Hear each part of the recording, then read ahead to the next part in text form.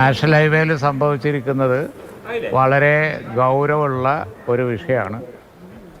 കാരണം തുടക്കത്തിൽ തന്നെ ഇന്നിപ്പോൾ ഞങ്ങൾ ഈ അതോറിറ്റിയുടെ ശ്രദ്ധയിൽ പെടുത്തി തുടക്കത്തിൽ തന്നെ എല്ലാവരും ചൂണ്ടിക്കാണിച്ചതാണ് ഇതുപോലുള്ള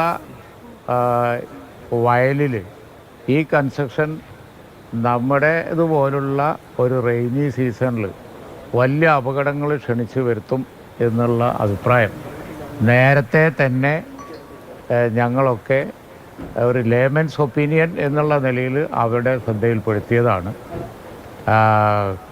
കേരള പൊതുമരാമത്ത് വകുപ്പിൻ്റെ ശ്രദ്ധയിലും ഇവരുടെ മേഖലയിലുമൊക്കെ തുടക്കത്തിൽപ്പെടുത്തിയതാണ്. ഇപ്പോൾ കൂരിയാട് ഭാഗത്ത് ബ്രിഡ്ജാണ് നല്ലത് എന്ന് ഞങ്ങളൊക്കെ അന്ന് അഭിപ്രായപ്പെട്ടതാണ്.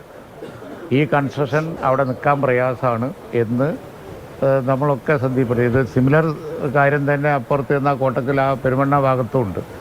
അപ്പോൾ ഈ വയലിൽ ഈ കൺസ്ട്രക്ഷൻ ഒരു ഡേഞ്ചറാണ് എന്ന് ഞങ്ങളൊക്കെ വാട്ടർ കെട്ടി നിൽക്കുന്ന സ്ഥലം പറഞ്ഞതാണ്. പക്ഷേ അവരിപ്പോൾ പറയുന്നത് നാളെ അവരുടെ എക്സ്പെർട്ട് ടീം വരുന്നുണ്ട്, പരിശോധിച്ചിട്ട് ജനപ്രതിനിധികളൊക്കെ ആയിട്ട് വീണ്ടും ചർച്ച ചെയ്യാം, ഗവൺമെൻറ് ഈ കാര്യത്തിലൊക്കെ നോക്കിയിട്ട് വീണ്ടും ചർച്ച ചെയ്യാം എന്നാണ് അവർ പറയുന്നത്. പക്ഷേ ഇപ്പോഴും യഥാർത്ഥത്തിലുള്ള സൊല്യൂഷൻ എന്ന് പറയുന്നത് ഈ കൺസ്ട്രക്ഷൻ അശാസ്ത്രീയമാണ് എന്നാണ് ഒരു ലേമൻസ് ഒപ്പീനിയൻ ഞങ്ങളുടെയൊക്കെ അഭിപ്രായം. ഈ എക്സ്പെർട്ട് ഒപ്പീനിയൻ അവർ പറയുന്നത് ഈ പ്രശ്നം താൽക്കാലികമാണ്, അതിനുള്ള സൊല്യൂഷൻ ഞങ്ങൾ കണ്ടെത്തും എന്നാണ് അവർ പറയുന്നത്.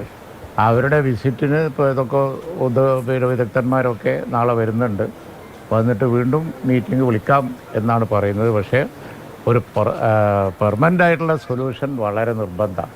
അതുപോലെ തന്നെ ജനപ്രതിനിധികൾ മുഴുവൻ കംപ്ലൈൻറ്റ് ചെയ്തത് അവരെ ചെറിയ ചെറിയ കാര്യങ്ങൾ പോലും പറഞ്ഞാൽ തീരെ ലിസൺ ചെയ്യുന്നില്ല. ആളുകളൊക്കെ സമീപം താമസിക്കുന്നവർക്കൊക്കെ ഒരുപാട് പ്രശ്നങ്ങളുണ്ട്. ആ പ്രശ്നങ്ങളിലൊക്കെ സിമ്പിളായിട്ട് സോൾവ് ചെയ്യാവുന്നത് പോലും സോൾവ് ചെയ്ത് കൊടുക്കുന്നില്ല എന്ന് തുടങ്ങി കുറേ കാര്യങ്ങൾ പറഞ്ഞിട്ടുണ്ട്. ഇപ്പോൾ MLA-മാരുടെയും പഞ്ചായത്ത് പ്രസിഡന്റുമാരും ജനപ്രതിനിധികളുടെയും ഒക്കെ മീറ്റിംഗ് നാളെയും വിളിക്കാമെന്ന് അവർ പറയുന്നുണ്ട്. പക്ഷേ ഒരു കാര്യം ഞങ്ങൾ വാൺ ചെയ്തിട്ടുണ്ട്. ഇന്നലെ ഒരു നാരോ എസ്കേപ്പായിരുന്നു. ഏതാണ്ട് 10-12 വാഹനങ്ങൾ ആ സമയത്ത് അവിടെ ഉണ്ടായിരുന്നു. രക്ഷപ്പെട്ട് വലിയ സീരിയസ് പരിക്കില്ലാതെ, കുറേ ആളുകൾ ഹോസ്പിറ്റലിലുണ്ടെന്നാലും സീരിയസ് പരിക്കില്ലാതെ രക്ഷപ്പെട്ടത് കഷ്ടിച്ചാണ്. അതിൻ്റെ ഉത്തരവാദിത്വം അധികൃതർക്കായിരിക്കും എന്നുള്ള വാണിംഗ് ഞങ്ങൾ കൊടുത്തിട്ടുണ്ട്. ഇതൊക്കെ പറയുകയും കേട്ടേ പാതി കേൾക്കാത്തേ പാതി പോവുകയും ചെയ്തിട്ട് വലിയ മഴയാണ് വരാൻ പോകുന്നത്, സീരിയസ് ആയിട്ടുള്ള ആക്സിഡൻ്റ് ഉണ്ടായാൽ അതിൻ്റെ ഉത്തരവാദിത്വം അധികൃതർക്കായിരിക്കും എന്നുള്ള വാണിംഗ് ഞങ്ങൾ കൊടുത്തിട്ടുണ്ട്. അവരെ വിലയിരുത്തൽ ഇപ്പോൾ ഒരു മഴ വന്നപ്പോൾ ഒന്ന് താൽക്കാലികമായി ഇരുന്നതാണ്. ഇനി അതിൻ്റെ ബാക്കി കാര്യങ്ങൾ എക്സ്പെർട്ട് ഒപ്പീനിയന് ശേഷം പറയാം എന്നാണ് അവർ പറയുന്നത്. റിപ്പീറ്റ് ചെയ്യൂല എന്ന് അവർ പറയുന്നുണ്ട്. പക്ഷേ ആ പറഞ്ഞത് ഞങ്ങൾ മുഖവിലക്കെടുത്തിട്ടില്ല, ആരും മുഖവിലക്കെടുത്തിട്ടില്ല. അല്ല, അതവർ പറയട്ടെ.